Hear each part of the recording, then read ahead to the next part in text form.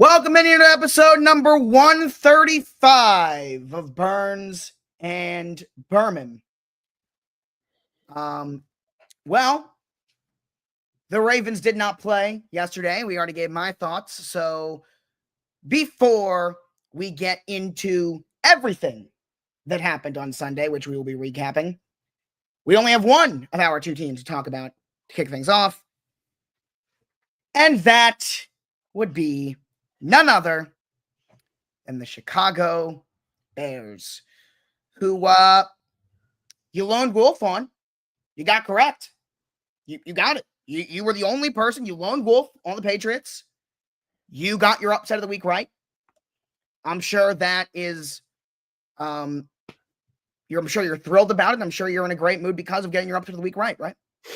Yeah, I'm in a great fucking mood, Josh. I'm in a great mood. Oh, it wasn't a jinx, Francis. That's just I knew what no, trust me. I know when he's trying to jinx it. No, that was a legitimate pick. No, it was a 100%. I know when he's trying to jinx it and be like that. No, that was not what he was doing. He thought the Patriots were going to win, and he was right. They did. This team is fucking dead. Matt Eberflus still has a job this morning. If anybody was wondering, if anybody hasn't kept up, he still has a job this morning. Yeah, I didn't expect him to be. He should be, but I don't expect him to be fired. No, he should be fired, but the Bears won't. Bears don't have any courage. They don't have any balls to do it. I'm going to say right now. You're admitting that your season's over if you do it. Yeah, I'm just saying it right now. This team's going 4-13. You really think so? I think they're going 4-13. I don't agree with that. They don't win. What game do they win? I don't know, but they squeak out a game. Let me look at your schedule. I mean, I know it's tough, but I haven't really looked at it. So let's take a look here. I'm going to pull it up. 6 divisional games, and then the Seahawks and the 49ers, Josh. That's our schedule. Whew. They're not gonna win a single game. The Bears season's over. They're not gonna win a single game. It's a fucking mistake, man. It's seriously it breaks my heart.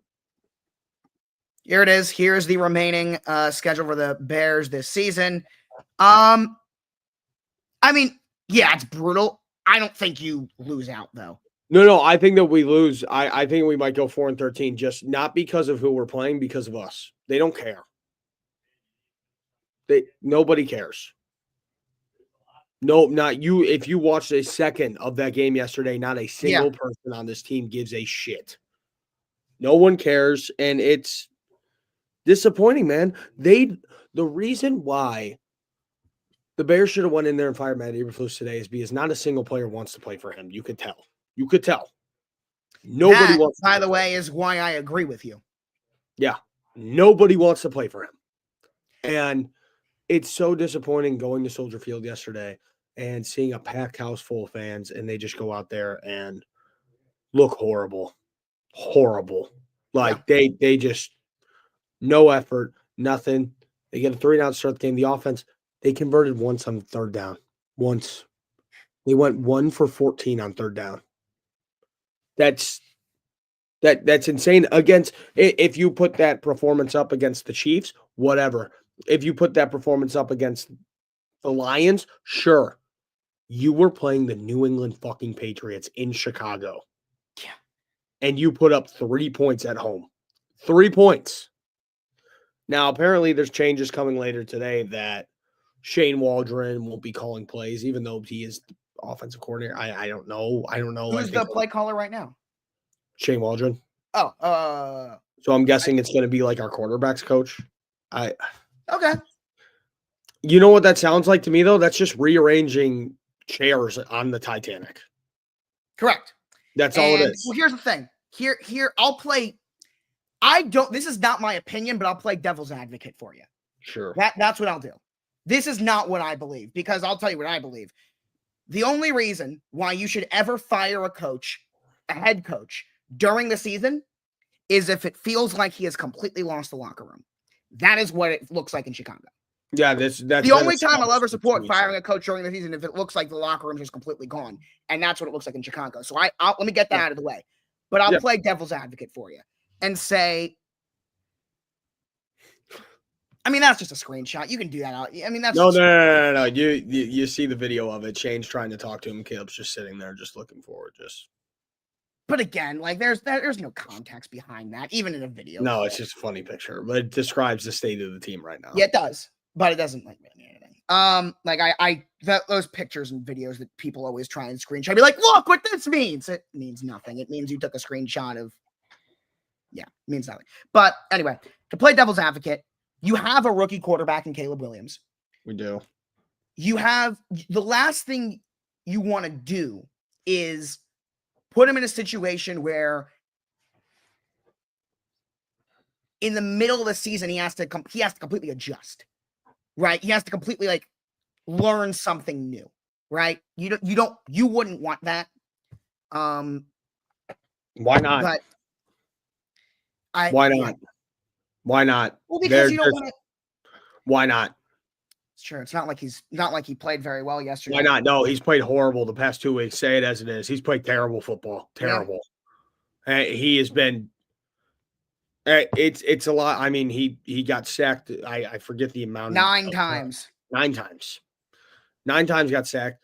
Now, not all of them are his fault. I mean, the Bears' offensive line, we were essentially missing 3 out of our 5 starters for the entire game.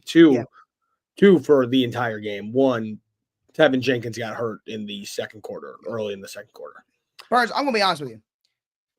If you were to make, I don't know, we'll call it performance rankings, right? Sure. If you were to make performance rankings, yeah, in week 9 and now in week 10, the Chicago Bears would be dead last both weeks. Yep. In my opinion. The Chicago Bears have played like the worst team in football last week, and then yesterday they played like the worst. All F's, Josh. All F's across the board. It's unbelievable, man. It's seriously, it's so sad. And I've been saying this feels worse than only 2 years ago when we went 4-13 and we're the worst team in football. Right. This feels worst. No, that was actually 3-14. Yeah, 3-14. Well, because you had expectations. Yeah, we did. Because look, being honest, we all knew there were better head coaches out there. And the craziest thing to me is that we could have had Jim Harbaugh in a heartbeat. We could have had Ben Johnson. We could have had somebody cool come here. But instead, Ryan Poles decided to stick with Matt Eberflus. Yeah. Ryan Poles decided to. And we see what it's turned into. A team that just doesn't care, and now they're going to get destroyed by. I'm making my pick right now. It's the Packers are the lock of the week against the Bears. You got the Packers next week? The Packers are the lock of the week against the Bears. They are going to beat this team by 40. Oh, they are awful. They are going to destroy the Bears. The Packers are 7-point favorites at Soldier Field. And it's going to probably move through the week to like 9 or 10. Yeah. I will say this. Because let's look back in the offseason, what we said about Caleb going to Chicago. Yeah. And how he was kind of going to a perfect spot. Mm-hmm. That was what we were talking about. Yeah. Obviously, that wasn't true. So let's take a look back at what we missed. Because I want to look back at it. The organization, I think, is the big thing. Well, obviously, and that will never change until the McCaskies move on, right? Which they never will. So that will never change, number one. But number two, I hate to say it, but Ryan Poles not addressing the offensive line at all. Yeah. At all. Which he made, obviously, we both know they made small moves over this past offseason to the offensive line. But him not addressing the offensive line damn near at all besides Darnell Wright is ridiculous. I agree. When the Bears offensive line fails and fails after years, somehow these fucking GMs, they all come in here time after time. Ryan Pace, Ryan Poles, they address everything except the offensive line. Everything. And I don't know how it's such a hard concept. Even the most casual of casual football fans know, where does a football team start? Right. The trenches. On both sides of the ball, football team starts in the trenches. Look at what the Lions did. Yeah. The Lions are the perfect example of a team who did the rebuild the right way. And what was their first pick? Sewell. Yep. That was the guy who set the tone for everything going forward. Yep. Yeah, it's just. But the Bengals rebuilt as well, and their first pick was Jamar Chase. You guys took Rome Odunze, who does look good. He does, but the thing is that we've seen time and time again. I just want, you know what I really want, what I've been thinking about, and I actually don't mean this at all when I say it because there's still so much time left for the kid. I want the Bears to stop drafting rookie quarterbacks. Just quit. It doesn't work here. Going next time, if Caleb doesn't work for the Bears, don't go and draft a rookie quarterback. Go and find a veteran and have him come here instead and build the team around that quarterback who proved himself in the NFL. My opinion on Caleb has not changed at all. What, that he's going to be great? Yeah. No, I do believe that he's going to be great. I mean, I said coming into it, I see a world where he comes in and lights it up in day one. I see a world where he needs time because he has flaws. Yeah. Is he still one of the most talented prospects I've ever seen? Yeah. That's not going to change after 10 games.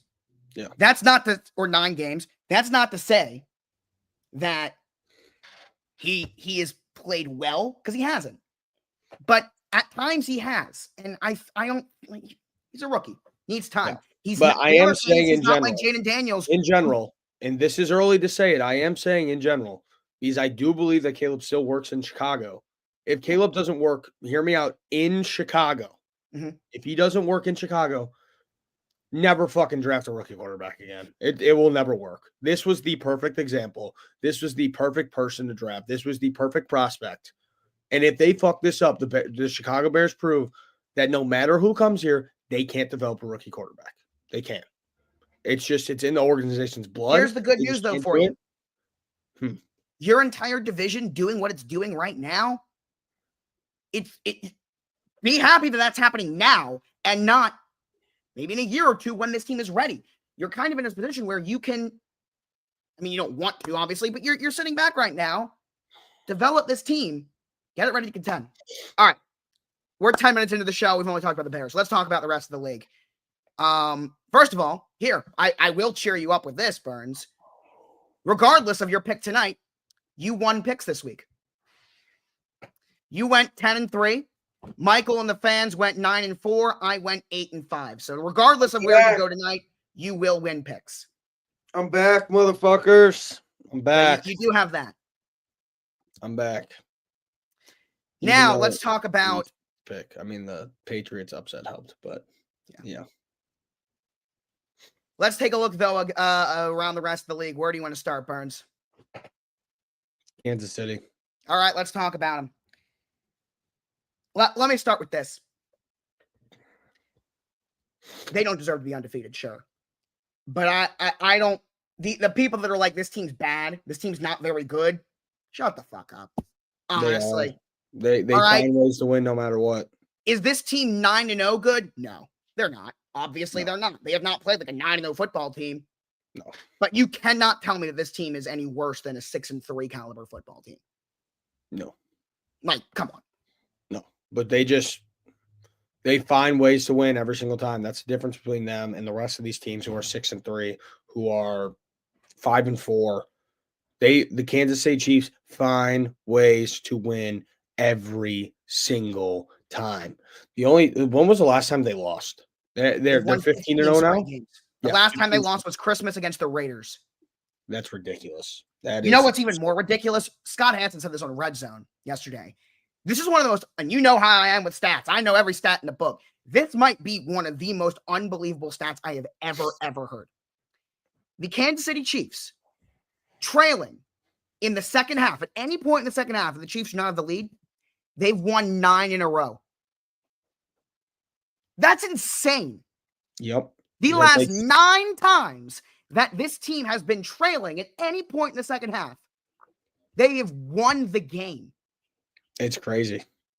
It's crazy, man. They got some voodoo magic. Yes, for those wondering, that is an NFL record. Obviously. Yeah. They got voodoo magic in Kansas City, man. Yeah. They do. They do. It's absurd. It's absurd just how fucking lucky they get. Lucky. They do. They do. And like that field goal block. You can't run a field goal block much better than that, man. You can't run it. Perfectly executed. That isn't luck. That's a perfectly executed block kick. Yep, it was. It's just crazy, man. It's like, go ahead. It's just, if they beat the Bills this week, yeah, that is exactly. Drew just took the words out of my mouth. This is exactly what I was going to say. Yeah. Is the other 2 hard games that they have left on their schedule, if they beat the Bills on Sunday, the Steelers and the Texans. Those are the 2 other I don't dogfight know if you games. can out voodoo magic the Steelers, though. I don't know. Yeah, because the Steelers are in that same boat. But let me tell you the difference between Pittsburgh and Kansas City.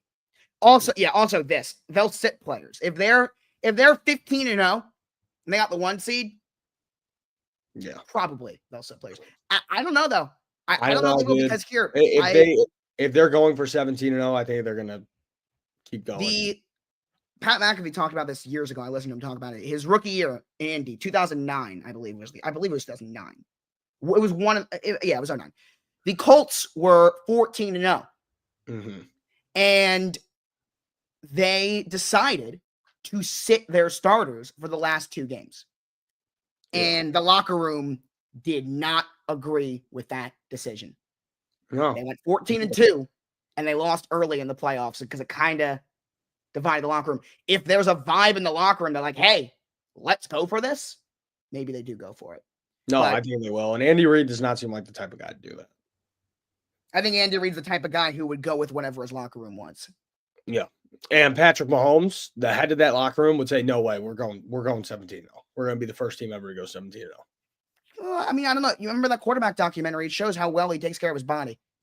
True, but at the same time, I think that he stays out there. I mean, maybe the only time that you get benched is the last game of the year. If you're up big, then go and sit on the bench. Yeah. But I don't know. That's a conversation. They still got a lot more. Exactly. That's the other thing. Yeah, they still got a lot more games left before we really start to have this conversation. Whoa, what? This is very strange. What? Seahawks inside linebacker Tyrell Dodson, who has started every single game for them this year. He was great in the Bills last year. I mean, from what I've seen in Seattle, he's been pretty good. They're releasing him. Strange. Maybe something. It might be something off the. But that's a good player. Someone's gonna get. Yeah, I wouldn't mind him. It might be something off the script then. I wouldn't mind him. Or obviously a return to Buffalo. Anyway, let's talk about the team that we are going to see on Sunday. The Pittsburgh Steelers. That Steelers team, man. Finding ways to win again. Couldn't jump off sides, man. You had to jump off sides. You had to. Yeah. They find ways to win, Josh. They do. They always do. The Steelers. Holy shit, dude. 7-2 Pittsburgh Steelers. I need them to win 2 more games. 2 more. Well, not this week. Oh my God, that's gonna be a fun one, dude. That's gonna be fun. That's gonna be. Let me tell you. How nervous are you for that game? I'm getting into it right now. My birthday's on Wednesday. All right. There's only one thing that I want. Happy early birthday. Thank you. The only thing that I want is for us to beat them. You don't understand. When that schedule came out, the first thing that caught my eye, obviously, was, hey, we're kicking off the season against Kansas City. The second thing that caught my eye is, when are we playing Pittsburgh? Yep. This team, because you guys know, those of you been watching, as much as I hate them, you guys know what my opinion on them has been all year. Yeah. They're a good team. Yeah. And this is a team we've struggled against. We were 1-7 against them in the last 4 years. Yeah. And this is the best team they've had in that stretch. However, I think this is the best team the Ravens have had in that stretch too, offensively. The matchup that really has decided this over the last few years is the Ravens offense against the Steelers defense. It's really not saying the other side of Steelers offense and Ravens defense doesn't matter, because it obviously it does. But if you look at the way these games have gone, by the way, these two teams, let me read you the final score of the last 8 times the Ravens and Steelers have played. Tell me if you notice a pattern. All right. Yeah. Here, I'm pulling it up right now. Tell me if you notice a pattern. 17-10 Steelers, 17-10 Steelers, 16-13 Steelers, 16-14 Ravens, 16-13 Steelers, 20-19 Steelers, 19-14 Steelers, All one score 28-24 low scoring. Steelers. So that's Besides a the last one, 7-point all game, low 7-point scoring. game, 3-point game, 2-point game, 3-point game, 1-point game, 5-point game, 4-point game. Yep. That's exactly how it's going to go. That's exactly what's going to happen. It happens every single time, Josh.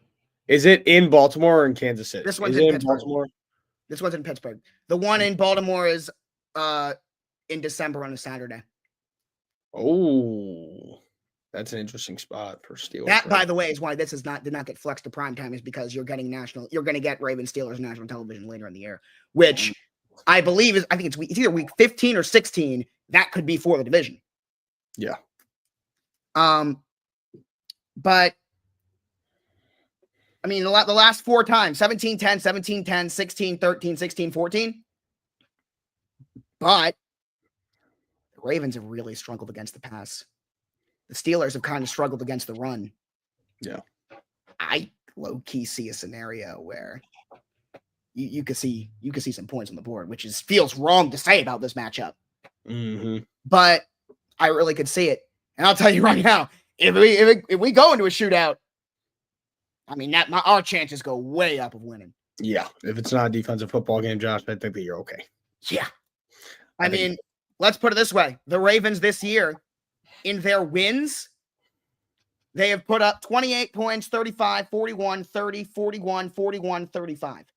Those are the points we put up on the board in our wins. In our losses, 20, 23, and 24. So you put up 25 points.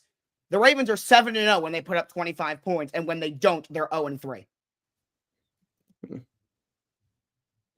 Yeah, that lines up pretty accurately. That does. I am excited. George Pickens this week is going to be interesting. What he can do is incredible. He's still not better than Zay Flowers, but he is very good. Yeah. But did you watch the full London game? Be honest. I mean, Germany game. No, I watched the end of it though. We were also live for the kickoff show, so yeah. I watched the entire second half though. I didn't see a lick of it, and I'm kind of happy that I didn't from the looks of it. Yeah. That was the most 2-7 versus 2-7 football game I've ever watched. Yep. Like they both played horribly. Looking good through for Bryce Young though. I did see that. It definitely was grass. Okay. We can have fun with it. What the fuck happened in the Atlanta game? Saints showed up. They got out to a great start. MVS. Here's something for you. This is exactly what you expected, right? Here are your top 3 fantasy wide receivers of week 10. Number 1, Jamar Chase. Fine. Yep. Number 2, Marquez Valdez-Scantling. Number 3, Tylan Wallace. Just as we all expected. What a week. What a week, Josh. Jamar Chase being number 1 makes sense, but yeah, MVS was the second best fantasy receiver, and Tylan Wallace was the third best. MVS had 3 catches for 109 yards and 2 touchdowns. He was released by the Bills a month ago. Released. Yeah. I saw this on Twitter. The most MVS thing of all time is him not having a great chemistry with Aaron Rodgers, Josh Allen, or Patrick Mahomes, but having a great one with Derek Carr. It's like, yeah, that sounds like MVS, doesn't it? Yeah, it does. Speaking of fantasy, as you brought it up, how the fuck did the whole Ravens team just go wild on Thursday night, except for Zay Flowers? I really don't know, because everybody in that game just went insane, and then Zay Flowers just tosses up 7 points, which I really don't know. Points. Yeah, and Justin Jefferson, absolute shitter. Well, he got 6 targets. He got 4 catches. He just didn't do much with the ball in his hands this time around. Yeah. He had 34 yards. That's what's different. 6 targets, 4 catches. Maybe, it's a little down, but that's nothing crazy. The 34 yards is what's strange. I'm really holding my breath tonight. I need Puka Nacua and Jonnu Smith to have under 20 points Combined? combined. Good luck. Yeah, it's gonna get sweaty. Oh, you know who Ravens fans you know who Ravens fans are really kind of starting to sour on a little bit because he's really kind of having a down year, and I had to go out and defend him a little bit yesterday on Ravens Twitter. The man that, you ready for this? Ravens Twitter is calling Rosempic. Because really? That's the nickname now? He's gained a lot of weight. Not slow Quan. That's what we used to call him. Slow in coverage. He definitely has been slow. No, he's in his defense, there's no scenario where at any point in the game he should be one-on-one with Jamar Chase. That's not his fault. What do you expect the man to do against Jamar? Of course he got torched. In coverage, though, he has gotten, as a whole, a lot worse.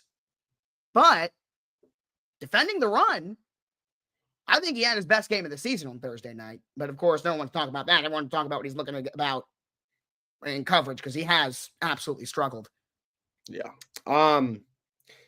Odd dynamics at House Hall today with Matt Eberflus vaguely alluding to offensive changes, but not announcing changes. Those inside the building are currently in the dark about what the plan is this week. Typically, coaches are turning their attention to the next opponent by Monday afternoon, but right now they're waiting for some direction. As poorly as these last 3 Sundays have gone, the Mondays haven't been much better. What the fuck? Wow. Wow. Isn't that crazy? That, in my opinion, is just as alarming as anything I've seen on the field in the last 2 weeks. Yeah. And obviously on the field has been incredibly alarming. What you just read is just as alarming. This is more alarming than the game yesterday. Yeah, that's, wow. I can't, what the fuck? That is, because let's think about what time it is right now. It's not 10 a.m. It's not 9 a.m. It's not the start of the day. No. I mean, hey, the workday ends in a couple of hours. Yeah, the workday ends in 2 hours and 19 minutes. So, wow. This is insane. Dude, I'm going to bet the Packers minus 19.5. At least. I'm actually going to bet that. I'm going to slam the Packers on Sunday. You want to talk about the NFC North, though? The most alarming game the Vikings have had in this entire, ever since going 5-0, they've not looked the same. I don't care that they won. This is the worst they've looked this entire season, including their 2 losses yesterday. Yeah. Yesterday was the first time that Sam Darnold looked like Sam Darnold. He threw, he threw 3 interceptions, all of them in the red zone. They were not, I mean, it was not just that he threw the picks, it was when he threw them. They drove right down the field 3 times and threw a pick. They could not score. They couldn't score. They had 4 field goals. Yeah. This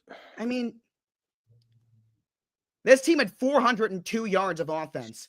The Jaguars had 143. They won the game by 5. Think about that. 402 to 143. The Vikings ran 82 offensive plays. The Jaguars ran 43. The Vikings won by 5 points.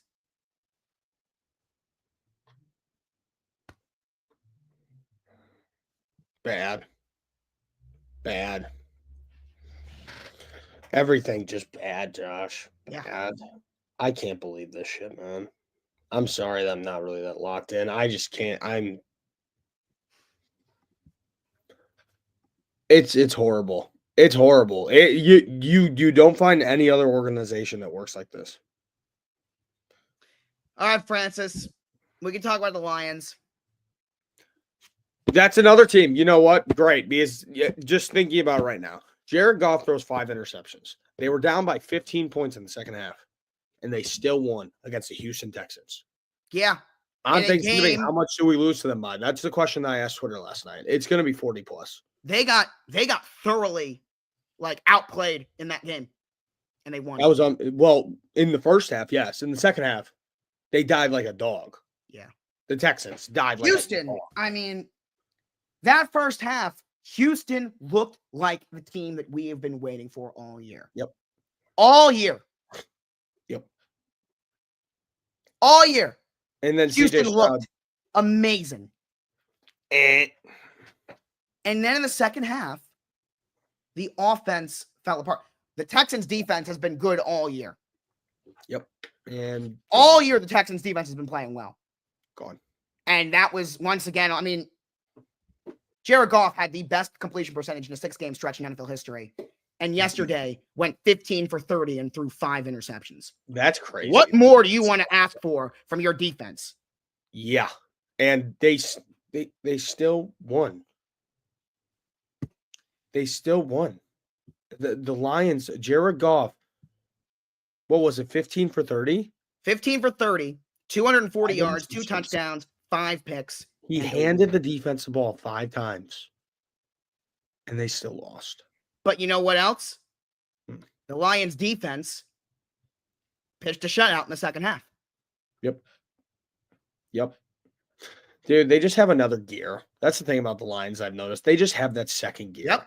Where even if one side of the ball is not doing their job, if it's their defense or their offense, the other side just goes into a different gear, and they're like, okay, we got you.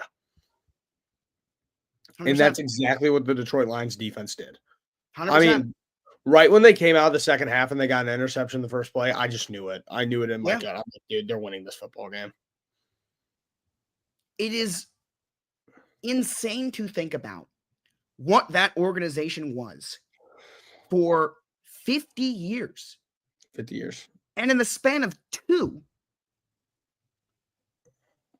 they have completely flipped Did a 180. script. 180. I mean, and everyone wants to talk about Dan Campbell. Everyone wants to talk about Brad Holmes, as they should. But in that time span, something else happened. I talked about this last year when the Lions started winning. In 2020, Sheila Ford took over for her mom, who ran the team. Yeah. She is the one who brought everyone in. She's the one who brought in Brad Holmes, who then brought in Dan Campbell. She's the one who repaired the relationship with Calvin Johnson. She is the one. That is someone. And owners, a lot of the time, get too much credit. But this is an example where I think there's an owner that's not getting enough. Because as soon as she came in 2020, they were 3-12-1. Her first season as full-time as the owner. Yep. 3-12-1. You follow it up. You start out 4-7. You fire Matt Patricia. And all of a sudden, 2021 comes around and look what happens. Yep. It's night and day, man. Yeah, and she repaired the relationship with Barry Sanders as well. Yeah. Yeah, if Detroit does not win the NFC this season, it's a failure for them. If they don't go to the Super Bowl, you could lose in the Super Bowl, but if you don't go to the Super Bowl, I'm calling it a failure right now for the Detroit Lions. Because when you look around the NFC and you look at the competition that they're going to have when playoff times comes, there's not one team that can run with them. Nope. Putting it flat out and simple, there's not one team that can run with them. There are a few teams that can run with them, but they're all in the AFC. Yeah, and by the way, the Ravens this year, we talked about how Kansas City has looked. Mm-hmm. Talk about Buffalo, we destroyed them. Yeah. The only team that I'm yet to see how we look against in the AFC is Pittsburgh. But, I mean, dude. Oh. For the Ravens and the Lions, I think it's the same thing. It's the Ravens even more so because it's not year 2 of this, it's year 6 of this. But for the Lions, the statement still is true. What else is there to do? They've already won their division. Yep. They've already won multiple playoff games. Yep. The only thing they haven't done is gotten to that Super Bowl in the last couple of years. Yep. So it's got now there's the next step is that. Yeah. Dude, I miss seeing the Lions just play bad football. Yeah. I miss it. It was fun. It was fun when they were bad. It was really fun. That's how I thought about Cleveland. And I And now love it's just- seeing they're back where they are. Yeah. And now they're just going to be like this for a long time. That's how Detroit's going to be. I don't know who's going to be able to figure them out, if anyone. No. They just have so much firepower on that team. It's ridiculous, man. Yeah. It's fucking absurd. And aside from just the bias of like, it's my team, if you look at it, the matchup that the Ravens versus the Lions would be in a Super Bowl. Oh, yeah, that would be a great game. Just talking about like the quality of game. I mean, Super Bowl 52 flashbacks is what I'm thinking, where the Patriots and the Eagles 41-33. Yeah. I mean, it would feel very similar to that, in my opinion, where neither team, I don't see. I mean, the Lions defense, have a better chance, but I don't see the Lions slowing us down, and I don't see us slowing them down. No. But you know who Detroit might have to look out for in the NFC? The San Francisco 49ers? Yes, not where I was going, but yes. Or the Philadelphia Eagles. Finally, they look good. Yep. Sustain it. Give me a couple more weeks of this. Yep. But this is the team that I want to see, Philly. Did CMC find the end zone yesterday or no? No, but he had over 100 yards from scrimmage. He He had 6 catches for 68 yards, 13 carries for 39 yards. So on the ground, he only had 3 yards per carry. Didn't really do much. Through the air, though. And that was the thing. I mean, Jordan Mason did so much for them on the ground this year. In terms of the production as a running back, Jordan Mason was not that much of a downgrade. Yeah. The difference is what CMC provides in the passing game. Mm-hmm. Which, for San Fran, I'm looking at the stats right now. I didn't realize I'm looking at it right now. Jordan Mason had 1 carry for 5 yards. If I'm San Fran, I mean, I'm giving him at least a couple more. A double trouble? Yeah. Why not have another weapon? Yeah, why not? But talking about the Eagles, yeah, the Eagles are fucking back finally, thank God. Yep. Jalen Hurts looks great. The Eagles, they look fun in general. They have fun. And the Cowboys fucking suck. Well, that's the thing, is the Eagles' offense has looked pretty much the same all year, and the only time when they didn't look like this is when Devontae Smith and A.J. Brown were both injured. And I challenge you to tell me any team in the NFL that can have their top 2 wide receivers out and play the same. Yeah. That's not going to happen. Yeah. As long as they've had those 2 in the lineup, the Eagles' offense has looked the same all year. Yeah. Here's what the difference is. That defense was playing bad to start the year. Mm-hmm. Now, took the words right out of my mouth. Zach Bond is a dog. This might be true if you've seen him play. Which is crazy because this guy was not even an inside linebacker until this year. Yeah. He was an edge rusher. Yeah. The Eagles bring him in and make him an inside linebacker this season for the first time in his entire career. And honestly, yeah, off the top of my head, I agree with this statement. Oh, he's a beast, dude. He's a fucking beast. But yeah, Philly, they're doing their thing. Johnson played well. Yeah. Cooper DeJean out there. Good to see the boy. Jackie Robinson's playing well. Yeah. I mean, this defense looks good. Clicking like a pen. Yep. Bingo. They just have to keep that up because the defense I have full faith in. Raise your hand if you think the Jets suck. We knew this. Okay, good. I have broken the curse officially. I needed to get it right 2 weeks in a row. I got it right 2 weeks in a row. The Cardinals? Yep. Good job, Josh. Man, I told you about this Cardinals team, though, before the year started. I told you they were going to be fun. Yeah? But you know what? I did not expect. Their defense is playing better. Their pass rush still needs a lot of work. Yeah, A lot it does. of work. They're playing They better. did bring in Baron Browning, though. Yeah. But Arizona's, they look great. Credit to them. San Fran's not just going to run away with this division. Besides that, I mean, Chargers won, Bills won. Yeah, Monday Night Football. I'm just checking. Yeah, that's all of the games.